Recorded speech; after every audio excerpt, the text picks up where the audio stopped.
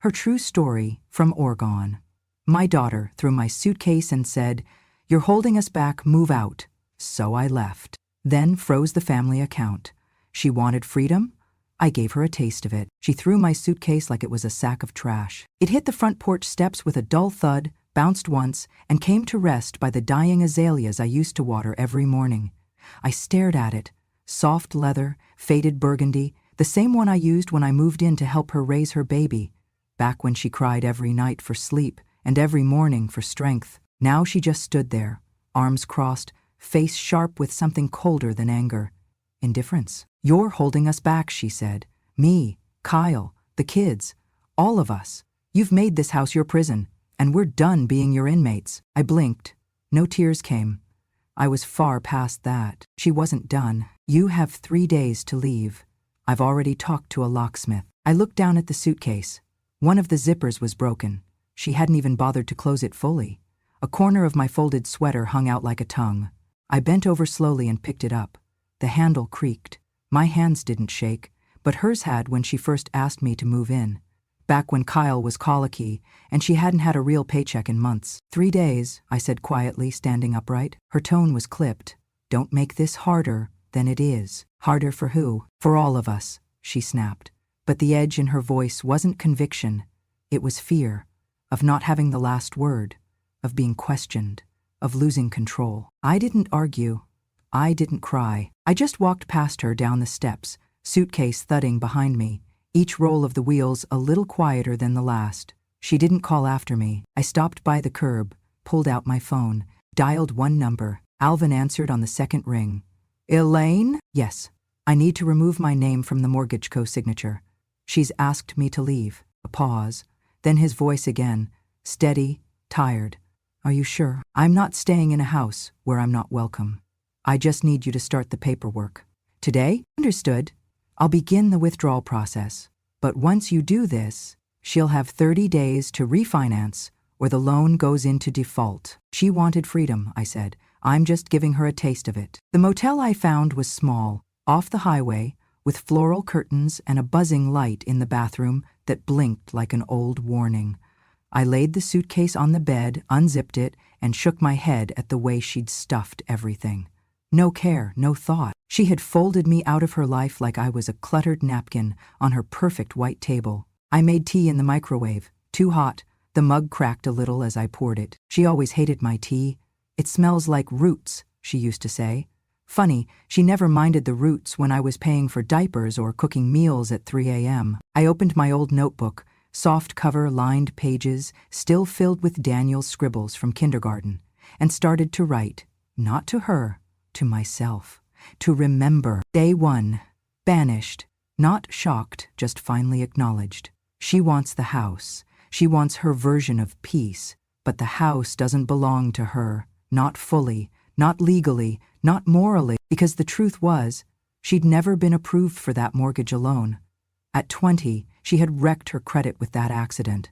The kind they hush up in small towns. The kind where names don't make it into the paper if you know how to ask nicely and pay quietly. I had co-signed everything. I had walked into the bank with trembling hands, lying through my teeth, saying she was responsible, just had a rough patch. No one needed to know about the bleeding passenger, the settlement, the weekly therapy bills she had ignored. I'd made it all disappear, and now she was disappearing me. On the second day, I got a text from her. One sentence: "Don't forget to take your tea kettle and that dusty old mirror." The mirror her grandmother had given me, the one I offered to hang in her hallway. She had rolled her eyes then. "It's too antique. Doesn't go with the aesthetic." I stared at her text, deleted it. I made a second call. "Alvin, confirm you've started the paperwork?" "Yes.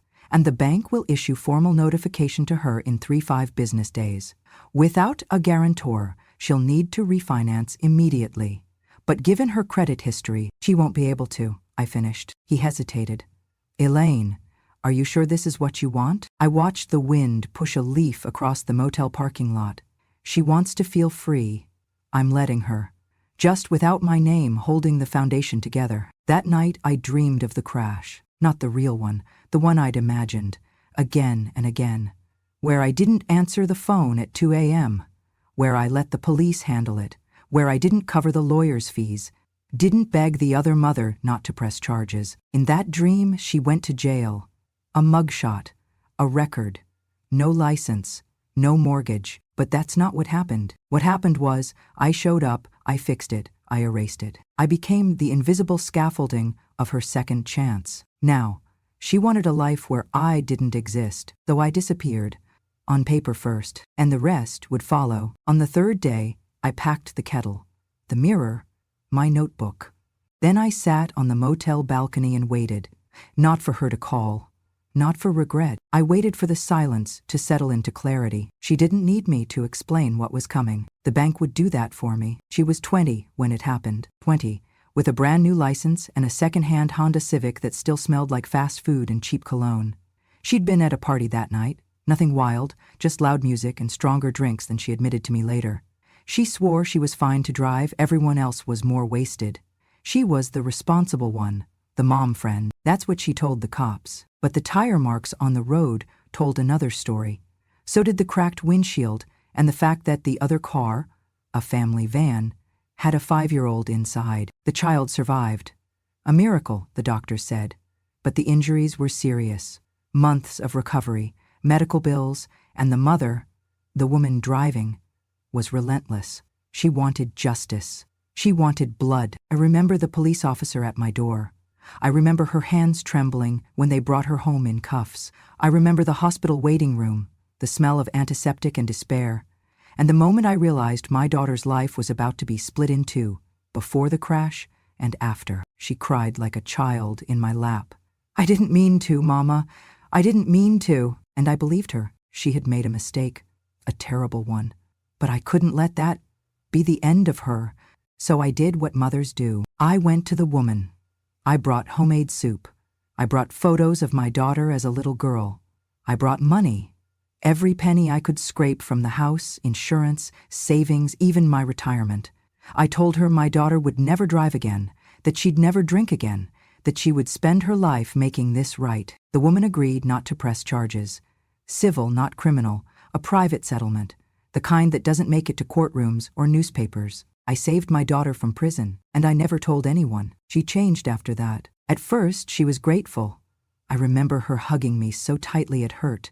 She brought me flowers.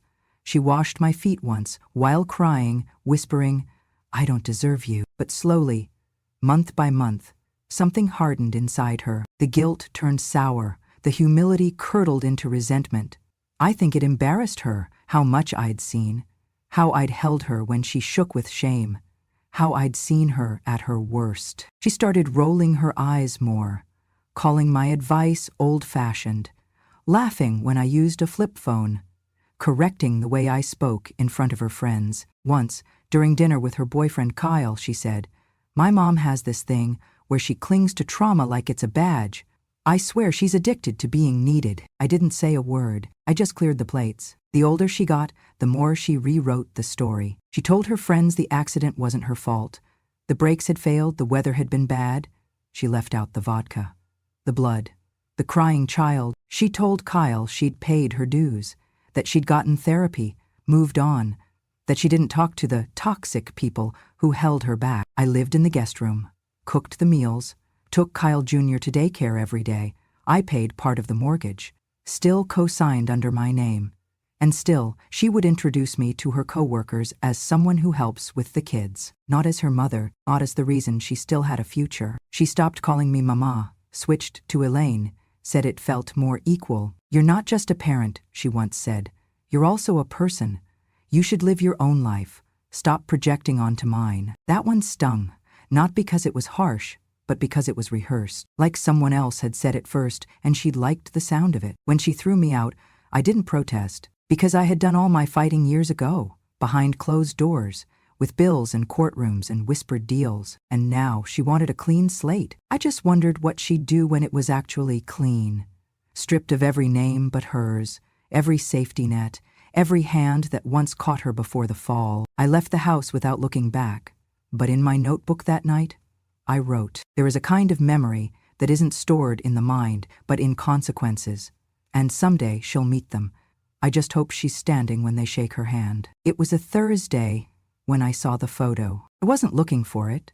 I was just scrolling through my phone, checking the community board for old church friends, when her name popped up, tagged in a post by someone I hadn't seen in years. Janine, her college roommate. She used to sleep on my couch during breaks and eat my banana bread like it was heaven's own recipe. Now she was smiling wide, arm in arm with my daughter, holding a champagne flute in one hand and throwing up a peace sign with the other. The caption read, "To fresh starts and finally cutting the cord. Proud of you, Em. No more dead weight." I stared at it for a long time. The photo had over 200 likes. I clicked through. There were more pictures. Streamers in gold and white, a cake that said, "New Chapter," and a banner across the back wall that read, in glittery script, "Out with the old." Someone had commented, "Wait, is this the mom you used to talk about, the living guilt trip lady?" And underneath, another reply, "She finally kicked the parasite out. Took long enough." There was one that stopped me cold. A close-up of a wine glass, next to a handmade sign with a quote written in fancy calligraphy, "Don't inherit trauma. Burn it." E. My daughter. Her initials. She had made a quote of herself. I sat with the phone in my lap and the air in my lungs going thick and still. It wasn't the cruelty that stung. It was the ease. How easily they laughed. How easily they twisted love into burden, memory into manipulation, me into a cautionary tale. I thought of Kyle Jr., asleep upstairs, in the room I used to rock him in. Did they tell him Grandma left? Did they say I chose to? Or did they not mention me at all? I put the phone down and poured myself a glass of water. Hands steady, breath quiet. Then I picked the phone up again and called my lawyer.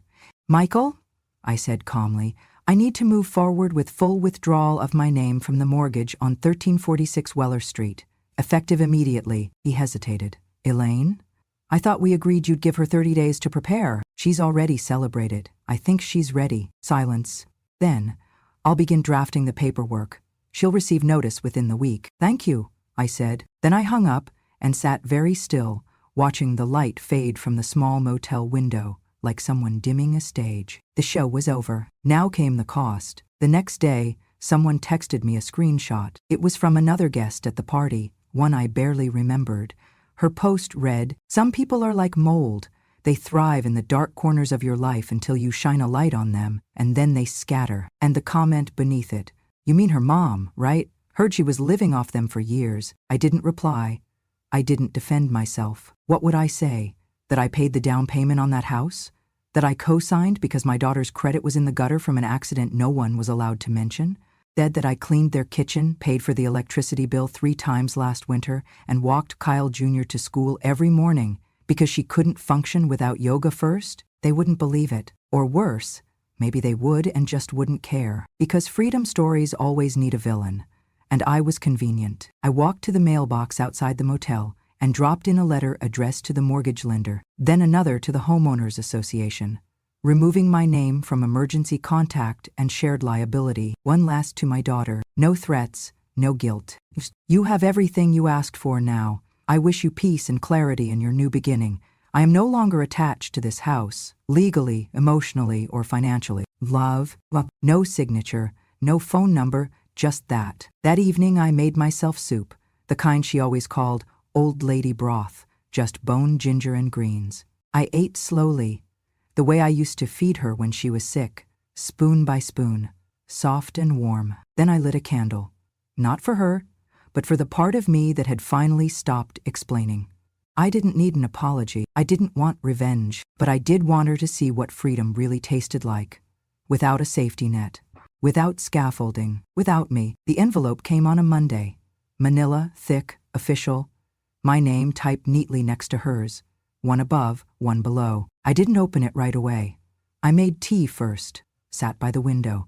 Let the light hit the envelope like it might melt through the layers and burn the contents before I did. But paper doesn't burn that easily, especially not old paper. I opened it. Inside, copies of the original mortgage agreement, co-signed in my name. My signature on page 3, her messy one on page 4. The amendments, the loan renewal, my guarantee. I flipped through each page like flipping through an old journal I didn't remember writing. Then I called Michael, my lawyer. "She's not going to be able to refinance, is she?" I asked. "No," he said without pause. "Not unless something dramatic has changed in her credit history since last year, which I doubt. She's missed payments? A few. Nothing catastrophic, but enough to trigger red flags. And she defaulted on a small business loan 3 years ago. Remember the cafe she tried to open? He remembered. Mostly the unpaid bills and the employees who called crying when their checks bounced. I covered the final rent, I said softly. I know. I sat with that a moment. Let the silence take shape. She'll have 30 days, I asked. 30 from notice. After that, if the loan isn't refinanced, the bank can begin foreclosure proceedings. And she has no idea. I imagine not, he said carefully. Until that letter shows up. I looked at the open window, the way the wind touched the curtain, just enough to make it move. She had a party, Michael. A party to celebrate kicking me out. I saw, he said. Facebook. Brutal. She's happy, I said. She thinks she's free. Michael didn't speak for a moment. Then, in that careful voice lawyers use when they've known you too long, he asked, Elaine, are you absolutely sure you want to go through with this? I didn't answer right away. I walked to the dresser, opened the bottom drawer, and pulled out a photo. Her, at 16, with braces and chipped nail polish, holding a school award. Me behind her, hands on her shoulders. She had no idea what I'd already paid for even then. She told people I was a parasite, I said quietly. Michael let out a slow breath. I'm sorry. I don't want to destroy her, Michael, I said. I just want her to understand what I was holding up. There was a long pause. I'll finalize the paperwork, he said gently. Good, I said, then added, as I hung up. She wanted the storm to stop. She forgot I was the one holding the umbrella. It was a plain white envelope, no different than any other, but the seal bore the bank's insignia, and that alone made it heavier than anything I'd carried in years. I wasn't the one to receive it, she was. I only got the message hours later, in the form of a missed call and 5 frantic voicemails. I didn't answer any of them, not right away. I waited until the 6th call, when her voice wasn't shouting anymore, just cracked and desperate. Mom, please. They said it's in default, that you pulled your name from the mortgage, and now the bank is moving to seize it. I didn't think, just call me back, okay? Please? I listened to it 3 times. Then I picked up the phone and dialed back. She answered on the first ring. What did you do? She spat, raw panic leaking from every syllable. I didn't raise my voice. I didn't apologize. I did what you asked, I said calmly. I removed myself from your life. This isn't funny, Mom. I'm not laughing. You're punishing me? Just because I asked you to move out? No, I said. I'm not punishing you. I'm simply letting the truth breathe. And the truth is, you never could afford that house on your own. There was a pause, the kind of pause that swells before someone either sobs or explodes. You're unbelievable, she hissed. You always said this was about family, that you were helping, and now you're taking it all back. I'm not taking, I replied. I'm stepping aside. There's a difference. You're ruining me. No, I said quietly. You did that part.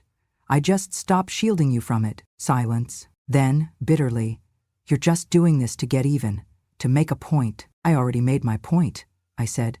The day I signed those bank papers for you, after you nearly killed a child and buried your own future, I made my point when I cleaned up your mess and never spoke a word of it. She was breathing heavy now. You think you're righteous?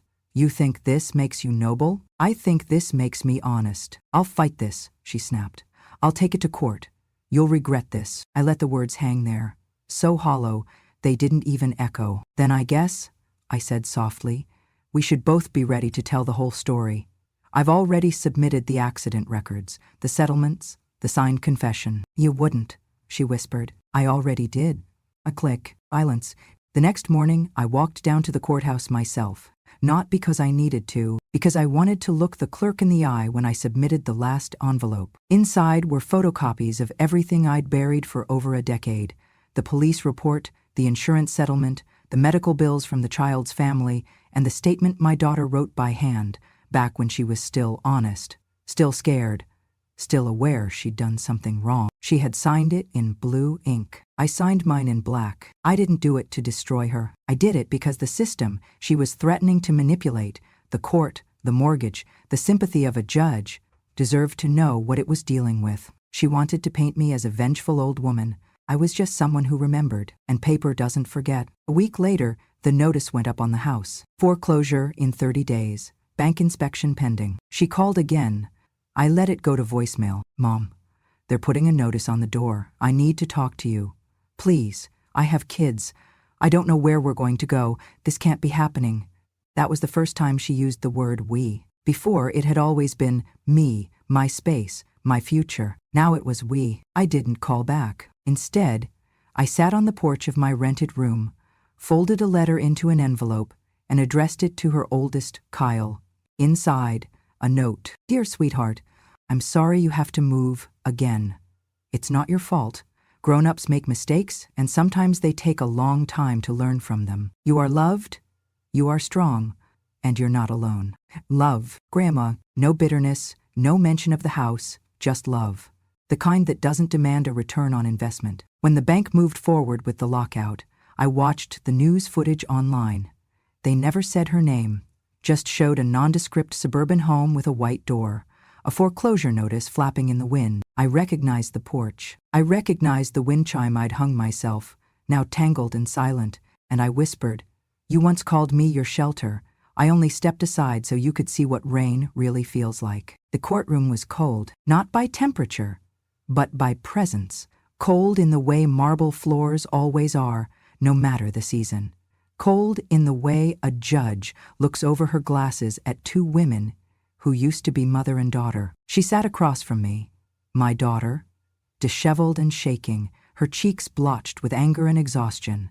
The lawyer she'd scraped together at the last minute flipped papers without meeting her eye, and in the middle of it all sat Kyle Jr., 7 years old, shoes too small, hands folded, not crying, just watching, always watching. Given the current foreclosure, the judge began, and the lack of a stable residence, the court must determine a temporary guardian for the child. Her lawyer jumped in. "Your Honor, my client is actively seeking alternative housing. This is a temporary setback." I didn't speak. "Not yet," the judge continued. "Emily Morrison has filed a petition for emergency guardianship, citing lack of housing, previous care duties, and established relationship with the child. Supporting documentation includes school pickup records, medical authorizations, and character references." My daughter snapped. "She's trying to steal him from me." "No," I said, calmly, quietly. Her eyes burned into mine. "You want to take everything? My home, now my child?" "I didn't take your home," I said. "The bank did. I just stopped protecting you from the truth." She stood, voice cracking. "Don't do this. Please. He's all I have left." "He's not a possession," I replied. "He's a child, and he deserves a safe place to sleep." She crumpled.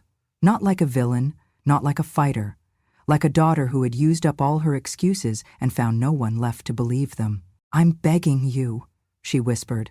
"Don't take him from me." I looked at the judge, then at Kyle Jr., and said, "I'm not taking him. I'm holding him until she can." The judge leaned forward. "Mrs. Morrison, do you intend to seek permanent custody?" I shook my head.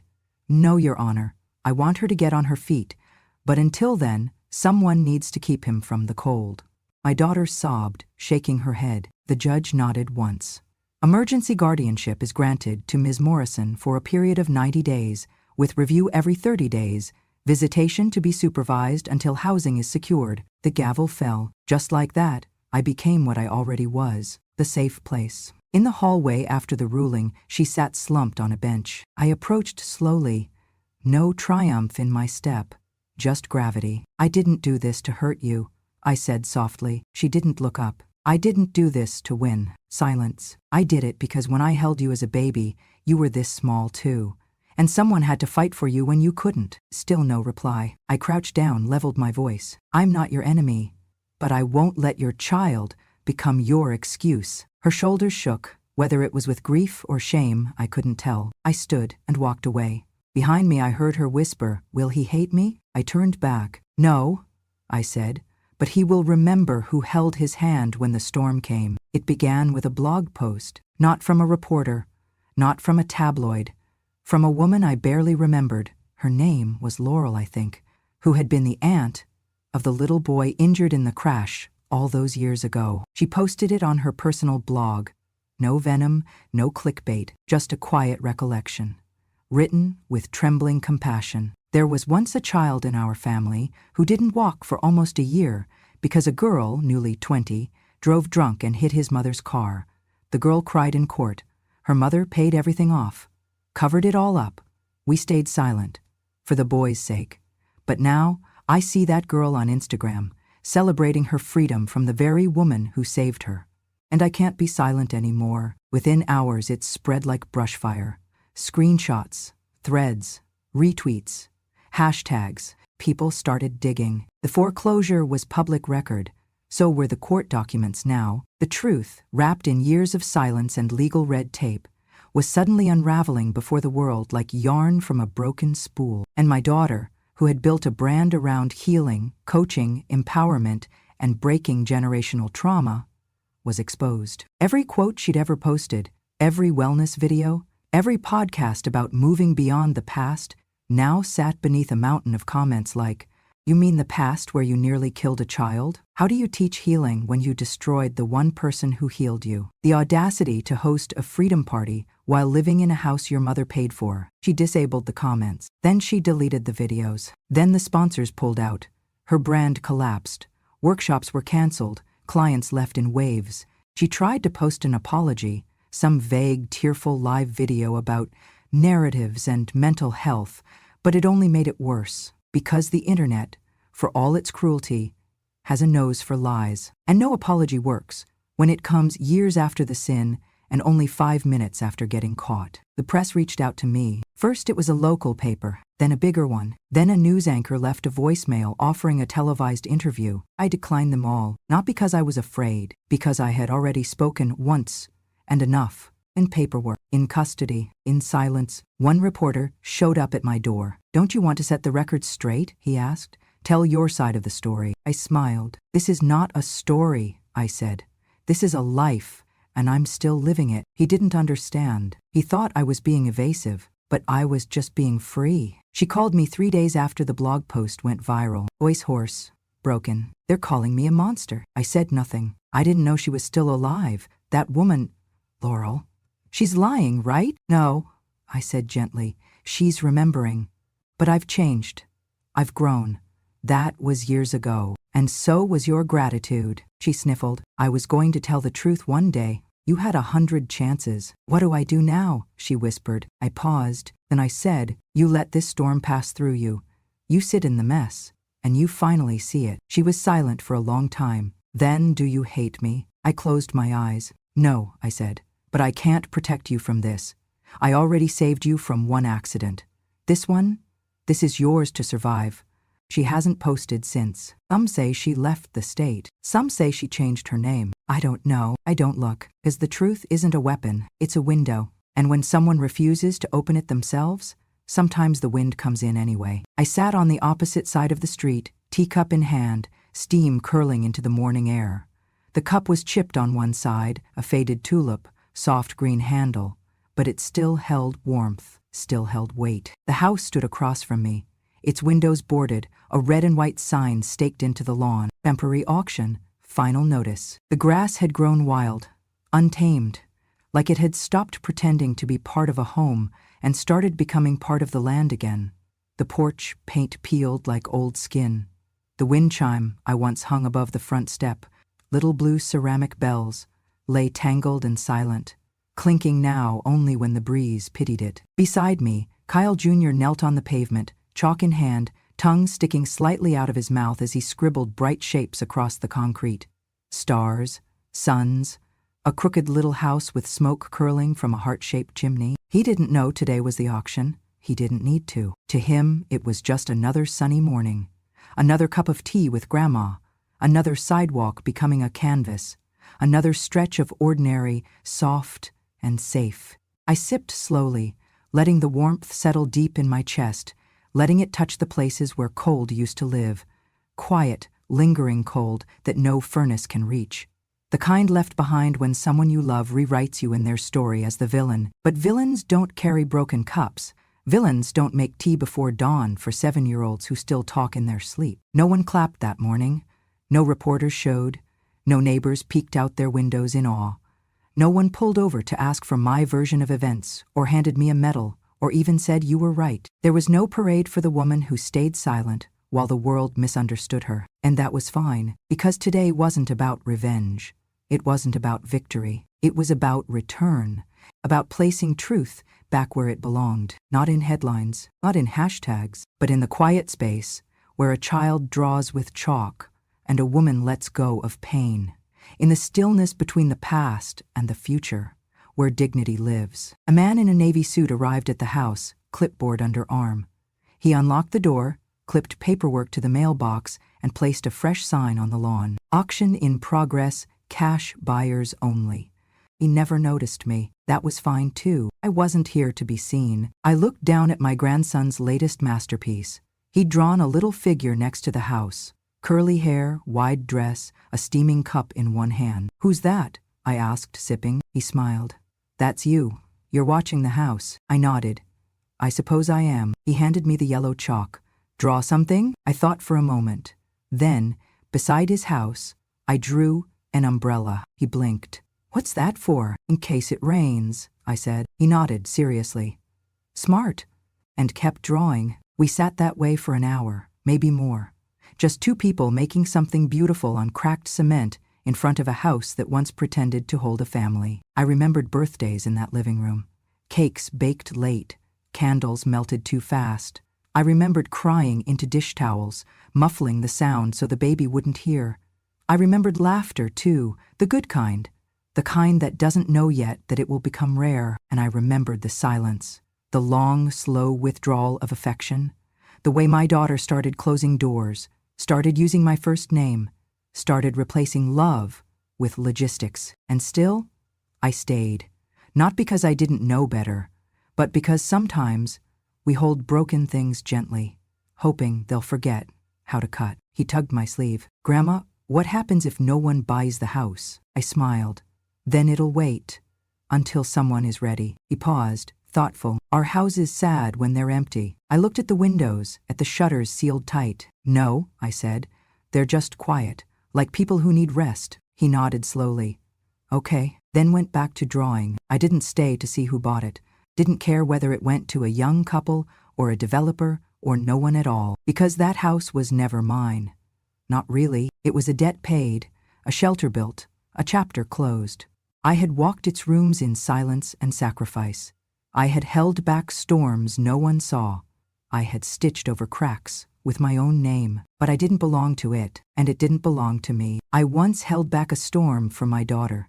Today, I simply let it rain. Not because I wanted her to drown, but because sometimes the only way to learn to swim is to be left standing in the water alone. I set the teacup beside the chalk drawings, stood slowly, brushed off my skirt. "Come on, sweetheart," I said. "Time to go." He looked up.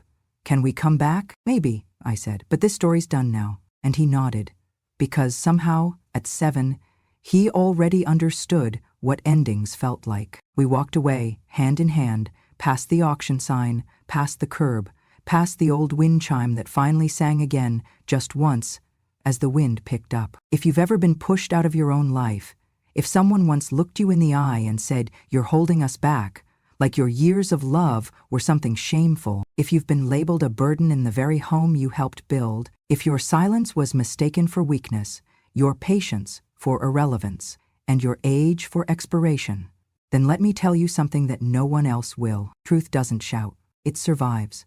It weathers every storm of denial, every insult dressed as modern thinking, every dismissal spoken through clenched jaws and closed doors. Truth lives quietly, inside the woman who remembers the names of everyone she's ever forgiven. Inside the grandmother who once rocked a child to sleep, while someone else took the credit for keeping the lights on. Inside the quiet one in the room who watched, listened, and never forgot. This is Grandma True Stories, a place for the voices the world tried to outgrow, not to cry for pity, not to scream for vengeance, but to speak, finally, with clarity. Here, we tell the truth others were too loud to hear, the truths about betrayal, carried for decades without witness, the truths about sacrifice, what was given, what was taken, and what was never returned, the truths about dignity, silence, and survival, the truths we never wrote down because we were too busy cleaning the table everyone else ate from. If you're here, it means you're ready. Ready to listen to the stories that don't make the news. Stories whispered in the kitchen after the kids go to bed. Stories remembered on porches, in rocking chairs, with hands that tremble but voices that do not.